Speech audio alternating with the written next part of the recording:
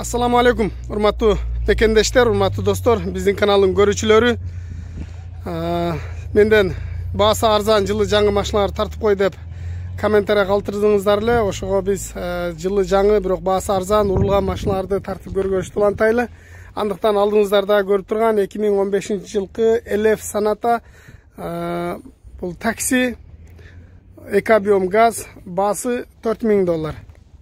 $4000 баасы серебряный цветте 215 65 16 дөңгөлөктөрү аркасынан көрүнүшү баасы бир аз арзан болгондуктан мындай бамперлеринде, эшиктеринде чийилген жерлери бар, панелдеринде да тешилген жерлери бар экен. Электропакет, бул жактары электрический сиденья, жылы 2015, подушка безопасности, бул жагында штатный магнитофон, панелин тешип коюптур, бул болсо двухсторонний скотч экен. 6-ступенчный автомат коробка, сиденьяларына жыртылган жерлери жок экен, калган жактары жакшы.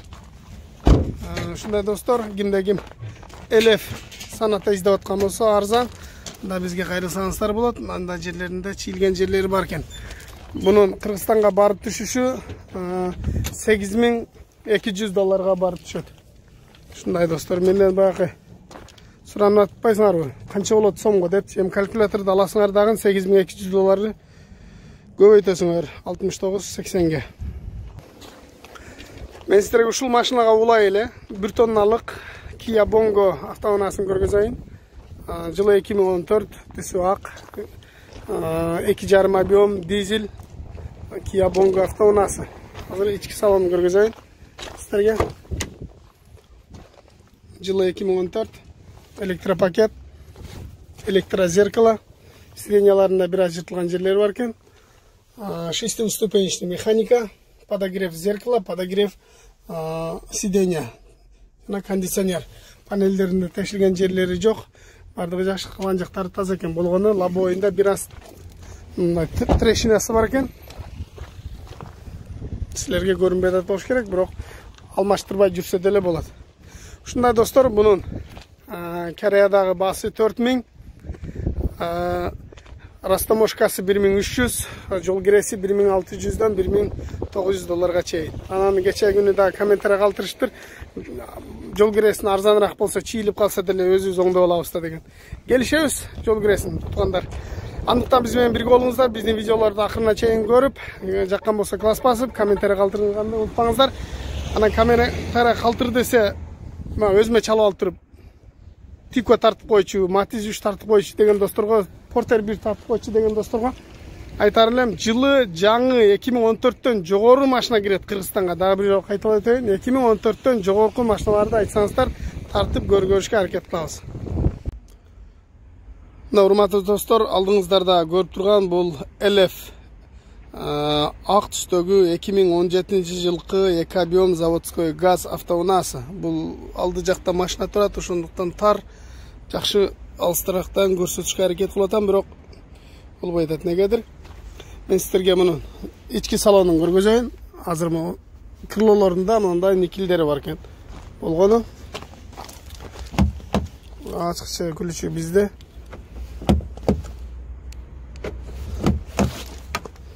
Мунун аркы жагынан көрүнүш невозможно, ал жакта машина турат, чоң машина. Ички салонун сиздерге көргөзөйүн. Ички салону Bluetooth MP3 монитор бар экен, кондиционер, подстаканник, подлокотник, калган автомат коробка 6-ступенчный, бул жагында кармашкалары бар экен, USB выход. Калган эчтекеси жок деле экен. Негизи простой комплектация экен. Бул жагын көрсөк жок. Сиденьясы дагы простой экен. Подушка безопасности. Жана ушундай эле бул жагында да подушка безопасности бар экен. Бул кагазын көрсөтүп кой деши мүмкүн. Көпчүлүк кагазында эч кандай 2017 LF деп турат.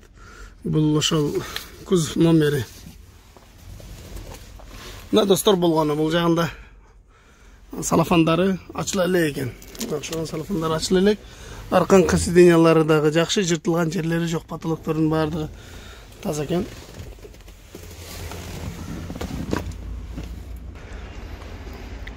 Урматтуу достор, ушул эле машинанын арка жагынан көрүнүшү.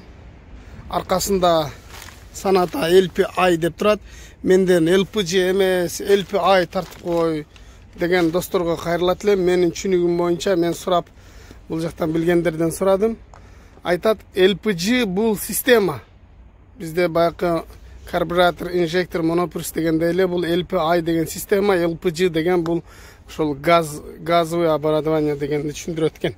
Дагы билгендер болсо комментарийга жазып коюңуздар. Бир баш жакшы, эки баш андан жакшы дегендей, мен билгенден дагы билбегеним көбүрөөк. Ошондуктан достор, аркасында 4 парктроник датчиги турат жана камера задний вида бул жагында. Өзүңүздөргө байкагандай, мунун стопторунда мындай диодовый кетет экен.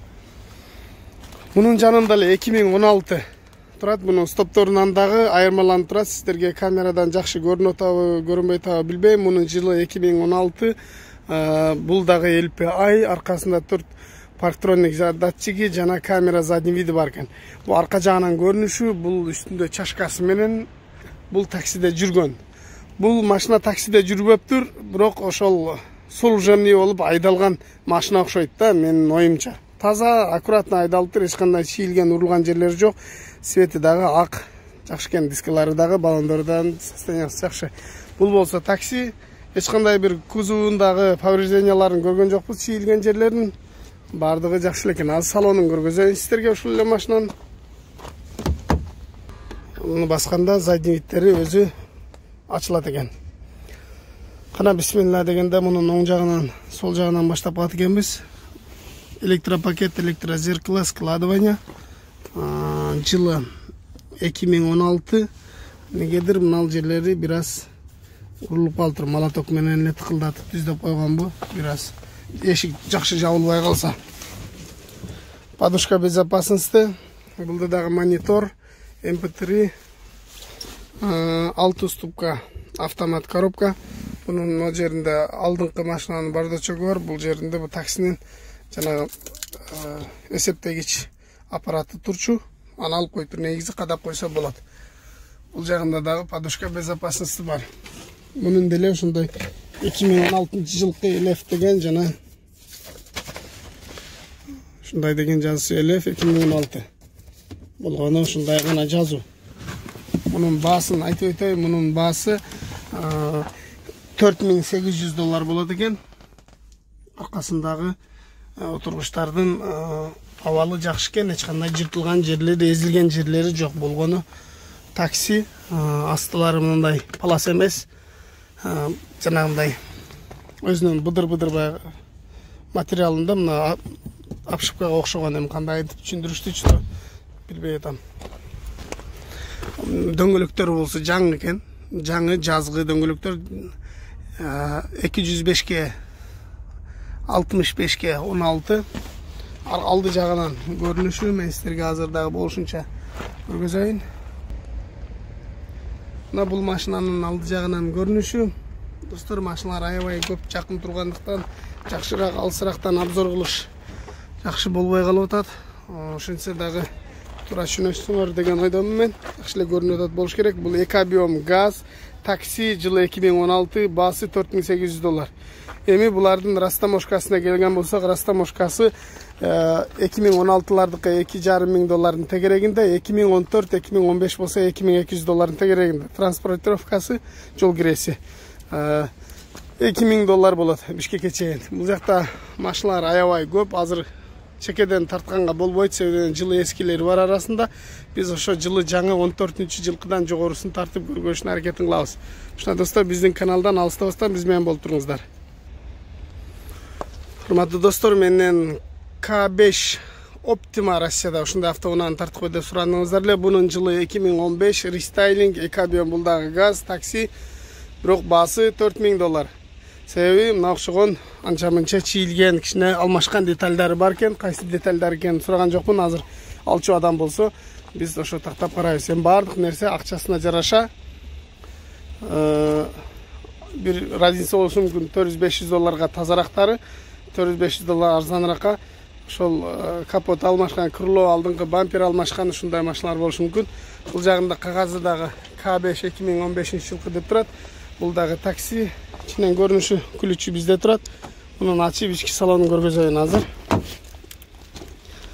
ичинен караганда бир карашта ичи таза, жакшы, эч кандай бисмилла мына окшогон тешилген жерлери бар экен.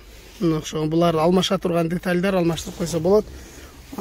Эки алдыңкы сиденьясы подогрев, айдоочунуку вентиляциясы дагы бар. Бул жагында ошол кармашкасы жок экен. Негизи MP3 магнитофон жана кондиционер, подушка безопасности жана мультируль. Бул рульдардын беки до рестайлингтерге караганда бир аз айырмачылыктар бар. Бул жерлеринде полный электропакет, электрозеркало, складывание зеркала. Арка жагында чехол каптап коюптур. Потолоктору таза, эч кандай жыртылган же кир жерлери жок. Мунун панелине келе турган болсок, панели бул таза болгону, мына жеринде гана тешиги бар экен. Бул пластмассаны, мына пластмасса рамка отдельный чыгат, алмаштырып, бул жерине өзүнүн ушундай чөнтөкчөсүн салып койсо болот. Эми бул машинанын азыр ключүн салып канча пробег жүргөнүн тагы бир сиздерге көрсөтүп коеюн. $4000 канча жүргөн пробеги менен келет экен. Мына көрүп атасыздар. 331.786-ны көргөзүп атат. Ушундай достор, бул жагында дагы подушка безопасности бар. Ушул эле автоунаанын арка жагынан көрүнүшү көрүп атасыздар. K5 аркасында 4 патронник датчиги бар. Жана мындай чекелеринде чийилген жерлери бар экен.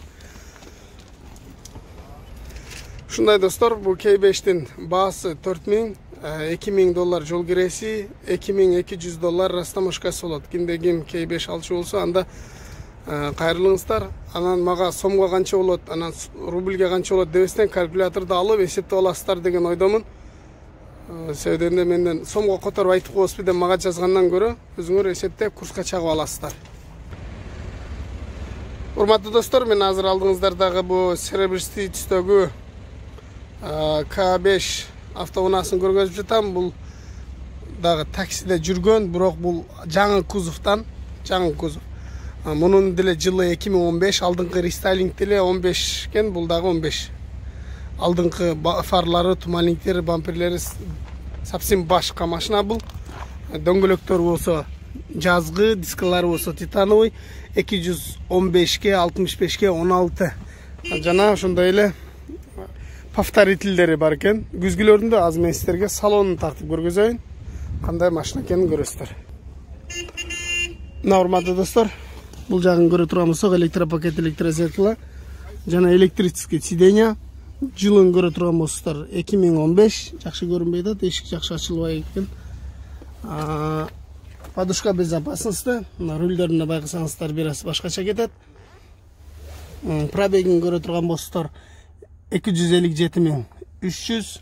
Бул жагында панелинде да бир аз мындай тешилген жерлер бар экен. Тешик деле эмес экен, негизи тешик саморез экен да. Саморез менен катыргат, буларга боло берет. Ошондо мына рамкалардын ордун алмаштырып, ордуна монитор койсо болот. Негизи подушка безопасности алды жакта дагы бар. Подогрев сиденья, вентиляция сиденья шопур жакта бар экен. Бул водитель жагында, пассажир жакта жок. Подстаканниктер жана бул жагында өзүнүн таксинин жанагы километр өлчөгүчү турат. Атын деле унутуп калдым. Арканкы сиденьялары жакшы, эч кандай проблема жок, жыртылган жерлери жок. Бул жактарында болсо клюнкалары даже сыйрылай элек экен. Достор, мен сиздерге эми ушул эле машинанын аркасын көргөзөйүн. Урматтуу достор, аркасы диодовый болуп, арканкы стоптору дагы башкача формада кетет. Аркасында 4 патронник датчиги жана мындай жылтырак хром бампердеги накладкалар бар экен. Камера задний вида бар экен, негедир монитор жок, бирок камерасы заводской кетет экен. Бул жагын карай турган болсок, чашкасын коюп коюптур, чашкасын алып өтүп бересиздер. Бак 80 литр. Бул жагында көрүнүп атат, 85 литр деп атат экен, негизи 80ден да бир аз көбүрөөк. Жок, азыр мен сиздерге 85 литр, ошол 85 литр батат экен. Бул жагында ачып көргөзөйүн. Урулган жерлери жок экен, аркалары бардыгы эле заводской, таза. комплект ключі бар екен. Ушундай достор, мен бұл арқасынан, жамбашынан, бұл қапталынан көргөзөйүн. Машинанын сырткы бир карашта бардыгы таза, ешқандай чийилген, урулган жерлери жок экен. Кимде ким ушундай K5 алам дей турган болсо, анда бизге кайрылыңыздар. Бул K5'тин баасы $5400. Бұл жаңы кузов, жылы 2015, экобъем, заводской 5-ші поколениядагы газ. LPI дейбизби же LPG дейбизби, экөө бир эле машинада турат. Айтылышы LPG, анан система LPI болот. Шундай достор, мунун растаможкасы 2200, жол киреси 2000, жана өзүнүн баасы 5400. Андыктан кимге ким керек болсо, ушундай таксиде жүргөн машина керек болгон болсо, анда кайрылыңыздар демекчимин. Урматтуу достор, LPG, LPI, LF, K5 ушундай машиналар аябай көп. Бул жакта Ваев турат, Ваевтер Кыргызстанга кирбей калды. Ол жакта дагы ушундай эле машиналар турат.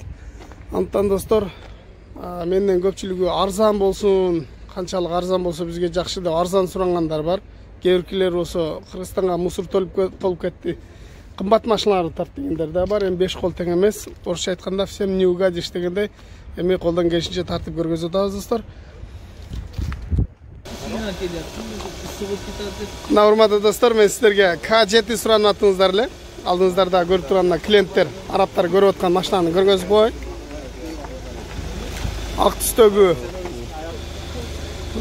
түстөгү 2015 жылкы 2.4 бензин максимальный комплектация K7 автоунаасын көргөзүп коеюн. Алдыңыздарда дөңгөлөктөрүнөн бир сире айта кете турган болсок, R17 55-ке 225-ке 55 R17 ак түстө, дөңгөлөктөрү жазгы, дискалары болсо титановый. Өзүңөр көрүп тургандай бул рестайлинг. Арка жагынан көрүнүш, аркасында 4 парктроник датчиги жана 2 гүлүш тили бар. Баары мындай көрүнүп турат, машина жүрүп турат. Аркасында камера задний вида, панорамный крыша. Азыр иш жагынан дагы көрсөтөм. Кеңирирээк бесключевой доступ. Под дерево, улары дагы полный электропакет, электрозеркало. Электрические сиденья, жылы 2015. Бисмилlah. Подушка безопасности, мультируль, круиз-контроль, ушул датчиктери жана 63138 км жүрүп тур. Монитору, старт кнопка, автомат коробка. Булар дагы под дерево экен. Ключи мындай кооз, шедлоги. Мындай болсо жабылат экен өзү. Бул классический сааты бар экен. Ортосунда көрүнүп турат. Bluetooth, DVD, көрөтөсүздөр, баардык дисктерди окуй берет экен. Бул жагына башпага турган болсок, вентиляция сиденья, подогрев сиденья, подогрев руль, жана парковкада жардам бере турган мындай датчиги, подлокотник. Бул жагында дагы ушундай жана эшикти өзү култап ача турган неле унутуп калдым. Мына мен сиздерге ачып көргөзүп коем. Панорамный крыша, 2 люк. Ол жакта көрүп турасыздар. Жана ошонун арка жактан көргөзүп коеюн. Арка жагы дагы мында под дерево, 2 колонка бар экен, шалкасы жана обычный колонка. K7 асты палас. Кожалары эч кандай жыртылган жерлери жок экен. Бисмилlah, мындай арканкы сиденьеде отурганда дагы башкарса болот экен. Арканкы сиденьялары дагы подогрев. Жана ошол менен магнитофондуу мультимедианы башкарса болот. Мына бул жагынан көрүнүшү жана ошондой эле мына арка жагынан алдыңкы панелдин көрүнүшү. Ушундай достор, мен сиздерге бул машинанын арка жагынан өтүп баасын айта кетейин. Мунун баасы $6000. Кореядагы баасы $2000 жол киреси, $2500 растаможкасы болот. Неге мындай арзан? Бу K7 2015 болсо 63000, пробег болсо, максимальный комплектация болсо деп таң калып атсаңыздар, мен сиздерге айта кетейин. Бул бир аз урулуп жасалыптыр. Мынал жагынан арканкы бампер жана арканкы крыло жасалган, арканкы бампер дагы крыло дагы алмашып жасалган. Жана алдын жагын да көрсөтө кетейин. Бул алды жагынан көрүнүшү. Бул машина жүрүп турат. 2.4 бензин. Алдында дагы парктроник датчиктери бар экен. Жана ушундай эле айта кетчү нерсе, бул алдыңкы фара менен алдыңкы бампер жана алдыңкы крыло, капот алмашып тур. Ушул жагынан бир аз удар болгон экен. Ал жагынан жасалып, бирок машина эч кандай билинбейт, бардыгы өзүнүн ордунда. Болгону алдыңкы бампер, арканкы бампер, алдыңкы крыло, капот, фарасы алмашып ушинтип жасалыптыр. Ошондуктан баасы бир аз арзан, бирок километри аз, комплектациялары да аябай жакшы. Ушундай достор, кимде-ким K7 суранып аткан болсо, мен сиздерден өтүнүшүңүздөрдү, суранышыңыздарды аткардым деген ойдомун. Дагы буюрса алдыбыздан чыгып калса тартышка аракет кылабыз.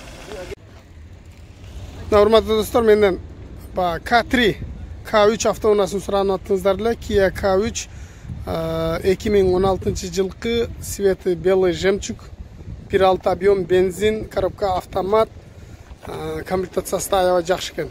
Баасы $6,5 миң, где-то $1,600 растаможкасы, $2,000 жол киреси болот. Андыктан иш жагын мен сиздерге көргөзөйүн. Бунун жанында эле 2015 турат, 2015 менен 2017нин фараларында дагы алдынан дагы бир аз айырмачылыгы бар экен. Сиздерге жакшы көрүнбөйт болуш керек. Бул 2015 сатылып кеттир. Kia Soul да сатылып кеттир. Мына сатылып эле экен, ушуну сизге баасын айтып берейин азыр. Бул жагын көрө турган болсок, повторительдери да бар экен. Ключү бизде, култанганда өзү жабылып калат экен. Урматтуу достор, аябай тар, ичине отурганы болбойт. Мен сиздерге ушул жактан болсо да көргөзүштүн аракетин кылайын. Полный электропакет, электрозеркало, кожаный салон, мультируль, подушка безопасности. Жана азыр мен сиздерге жакынырактан көргөзөйүн, канча пробеги бар экен. Мына достор, алдыңкы сиденьялары мында подогрев бар экен. Кожаный салон, сиденьялары таза. Руль дагы мындай под дерево, подушка безопасности. Жана 82.936 км жүрүптүр. Штатный магнитофон. Жана мына крышасында люгу дагы бар экен. Арканкы сиденьялары жана неудобно экен. Ушунча дагы асты палас. Ушундай достор, арка жагынан да тартып көргөзөйүн эми. Аркасынан көрүнүшү 4 парктроник датчиги бар экен, K3. Достор, bunun аркасы менен мунун аркасынын бир аз айырмасы бар экен стопторунда. Негизи калган жактары бүт эле окшош экен. Баасын айттым. Бул ак цветтеги Kia Carnival 2015-16, 15 ноябрь экен. Ак түстө, 9 месталуу, дөңгөлөктөр 19, 2.2 дизель. Бул жагында кагазы жакшы көрүнбөйт экен. Кагазында ошо мен айткан информациялардын бардыгы бар. Азыр машинаны ачайлы. Ачылганда бунусу чыгат экен. Повторители. Бесключевой доступ. Кнопканы басып эле атсак болот экен. Бул жагынан көрө турган болсок, полный электропакет, мультируль, подушка безопасности. Жана 2015 сиденьясынын бели электрический экен, калган жактары жөн эле. Я бисмилlah. Ключу жерге койлу. Монитор, DVD, MP3, Bluetooth, старт кнопка, двухзонный климат контроль. Бул алды жагына башка печка, арка жагына башка печка. Подушка безопасности бар. Бул жагында дагы 2 бардачок. Алды торпеда жаман кенен экен. Алдында мындай авторегистратор дагы бар экен. Бул жагына көңүл бура турган болсок, подогрев сиденья, вентиляция сиденья, жана подогрев руль, парковкадагы жардам берүүчү датчиги. USB-ге выход бул жакта. Ал жеринде саат чыгып турат. Эми бул жагынан башпага турган болсок, артында могу жерде 2-4 места жана Багажында дагы 2 месте турат. Ушунда 6 месте, мына мен 7, шопур мен 8, аркага 3 адам отурса деле болот негизи. Ал жерден арканкы салондун печкасын управление кылса болот. Бул жактары дагы электропакет, подлокотниктери бар. Ар бир отургучтун өзүнчө. Алды палас, паласында мындай клёнкалары дагы жакшы чечилбептир. Ушундай достор, эми буну сиздерге несин көрсөтүп коеюн. Канча километр жүргөнүн? 카드를 넣어주세요.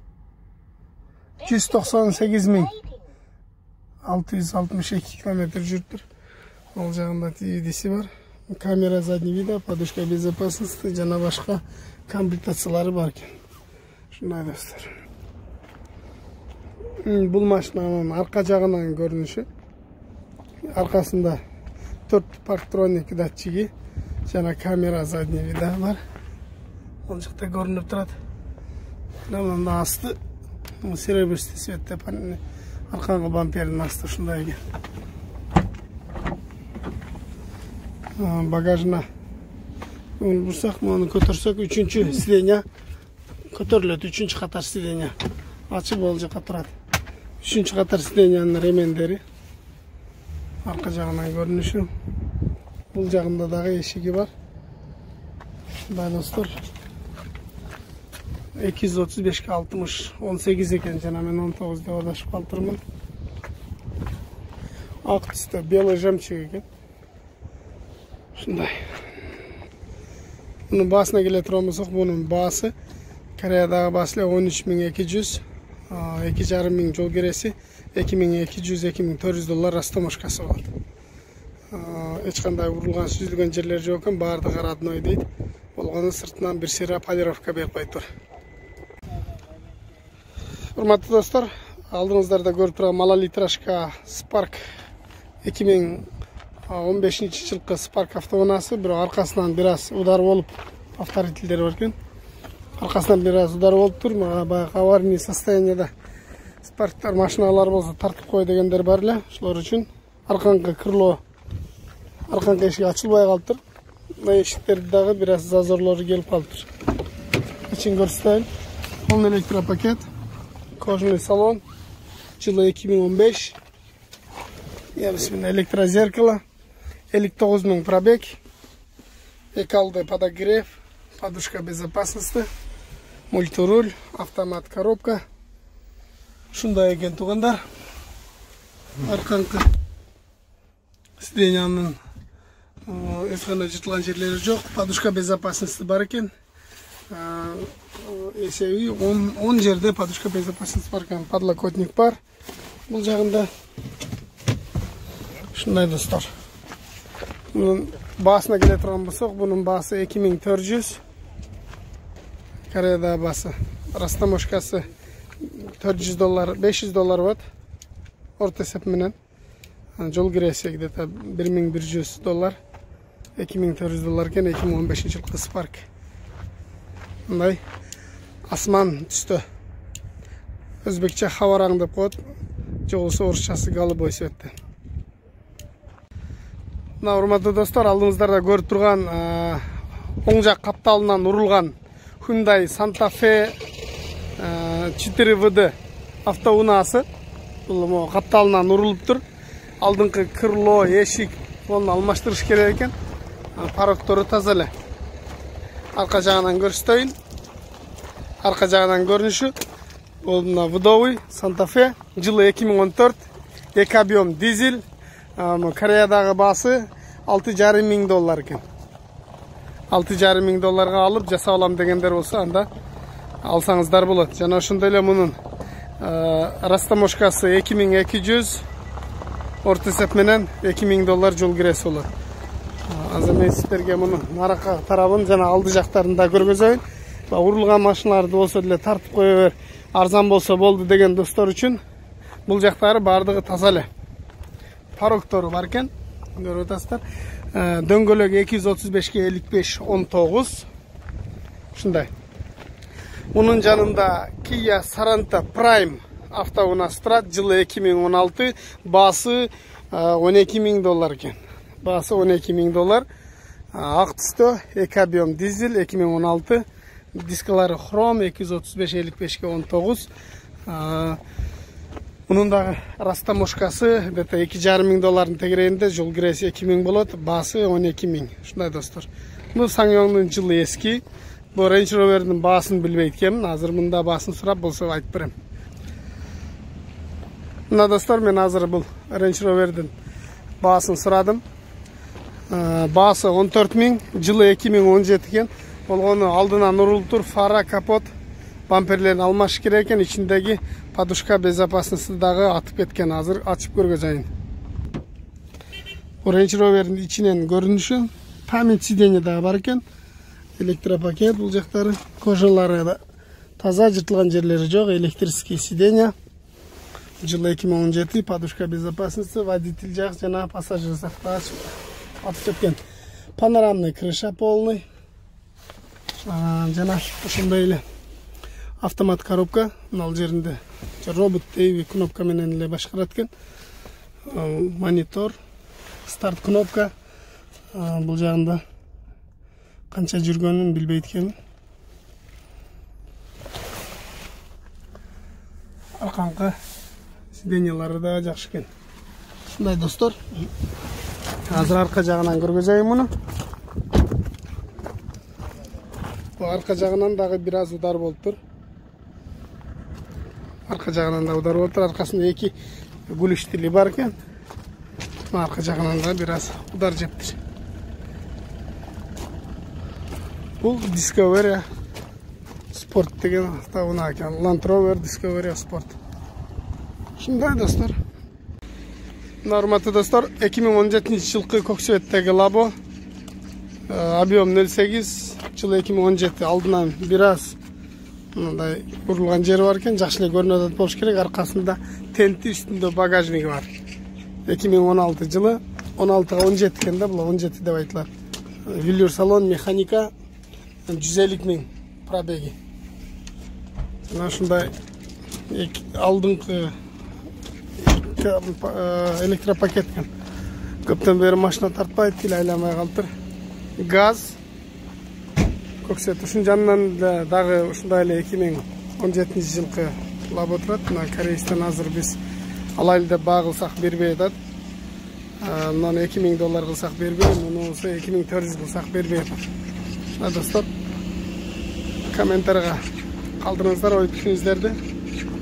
Жылы 2016 169.000 пробеген, жылы 2016га 17, 0.8 механика, газ, тент, үстүндө багажниги дагы бар.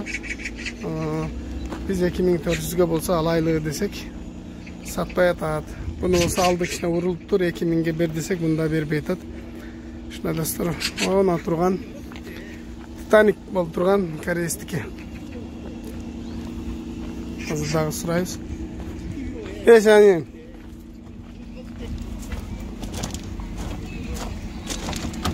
Андрей. Сурайын десем бербейди, ушундай достор.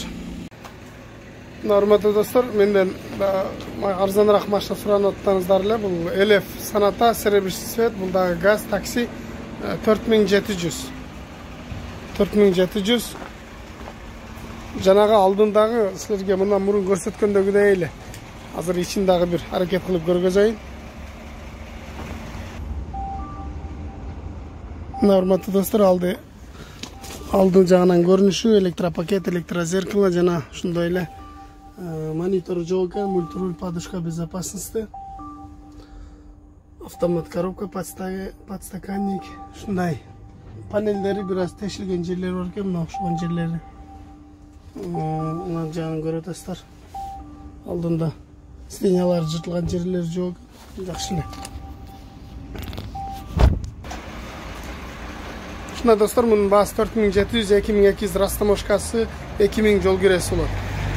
Менден экскаватордун кичинекейлерин тартып кой, квадроцикл тартып кой дедиңиздер эле. Мына үстү жабылып турган квадроциклди 4300га сатты монголдорго деди. Азыр канча саттым десем 2016 американец дейт. Мен ичин ачып көргөзбөй эле коеюн, ороп коюштур. Жанында турган $4.500 монусу $4.500, монусу $4.000 дейт. Мына экскаваторлардын кичинекей экскаваторлары. Ушундай достор. Булардын растаможкасы бул жердеги канча алынса ошо баасына жараша болот. Эчтекесин түшүнбөйт экен. Түшүнгөндөр өздөрү жайлап алжаган. Мындай кайсы жеринен жүрүштү эле эчтекеси көрүнбөйт. Ушундай достор. Өткөндө мына тракторду тартып көргөзгөнбүз. Бизде мурунку видеобузда бар. Баасы 4,5 миң беле 5 миң беле ушундай. Унутуп калдым. Ушундай достор. Дамас тартып койбойсуңбу деп этен комментарий жазасыздар. Жылы 2012 экен, тартып коеюн эле дейм. Чекеден эле тартайын дейм. Бирок жылдары эски да. Дагы эскертип сиздерге айта кетейин, Кыргызстанга 2014төн жогору машина кирет.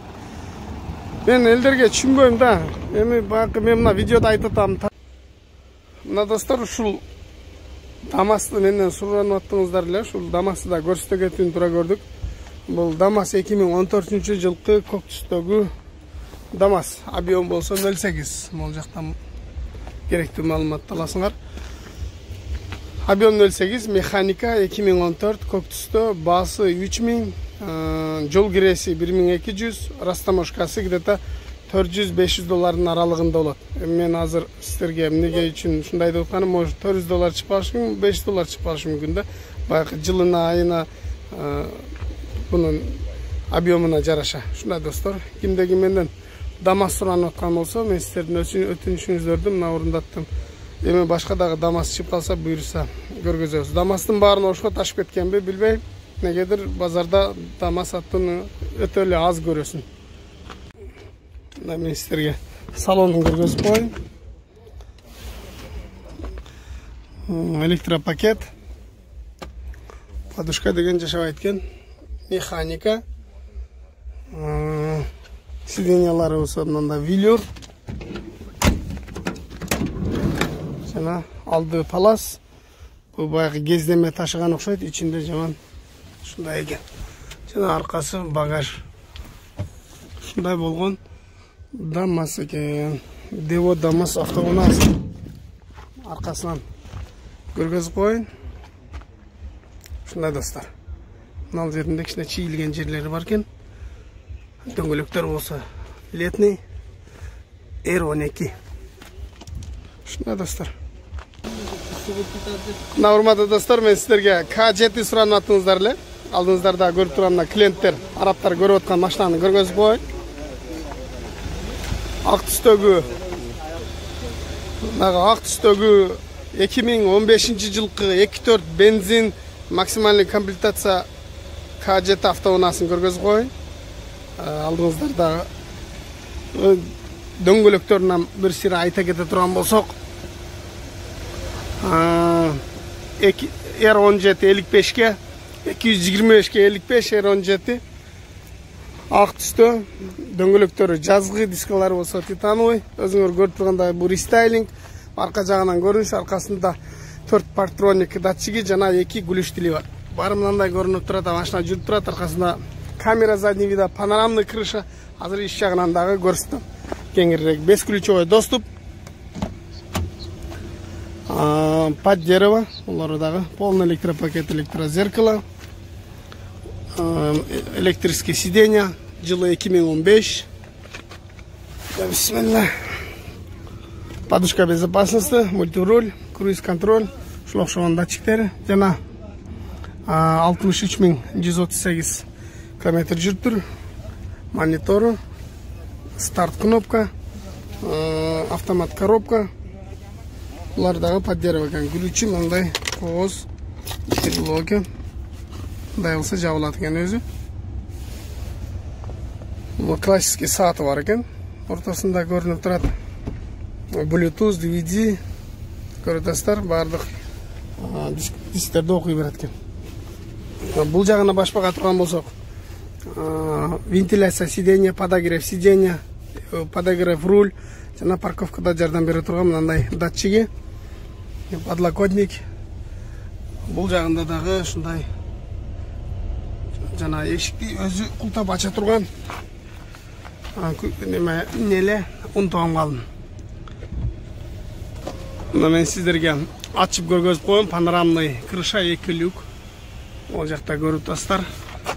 Жана ошону арка жактан көргөзүп коеюн. Арка жагы дагы мында по дерево 2 колонка бар экен. Шалкасы жана обычный колонка К7, асты палас. Кожалары эч кандай жыртылган жерлери жок экен. Бисмилла, мындай арканкы сиденьеде отурганда дагы башкарса болот экен. Арканкы сиденьялары дагы подогрев. Жана ошол менен магнитофондуу мультимедианы башкарса болот. Мына бул жагынан көрүнүшү жана ошондой эле мына арка жагынан алдыңкы панелдин көрүнүшү. Ушундай достор, мен сиздерге бул машинанын арка жагынан өтүп баасын айта кетейин. Мунун баасы $6000. Кореядагы баасы $2000 жол киреси, $2500 остановкасы болот. Неге мындай арзан? Бу К7 2015 болсо 63000, пробег болсо, максимальный комплектация болсо деп таң калып атсаңыздар, мен сиздерге айта кетейин.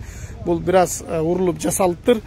Мынал жагынан арканкы бампер жана арканкы крыло жасалган. Арканкы бампер дагы, крыло дагы алмашып жасалган. Жана алдын жагында көрсөтө кетейин. Бул алды жагынан көрүнүшү.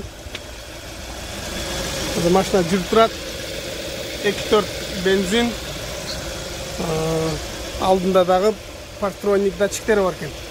Жана ошондой эле айта кетчү нерсе, бул алдыңкы фара менен алдыңкы бампер жана алдыңкы крыло, капот алмашыптыр. Ушул жагынан бир аз удар болгон экен.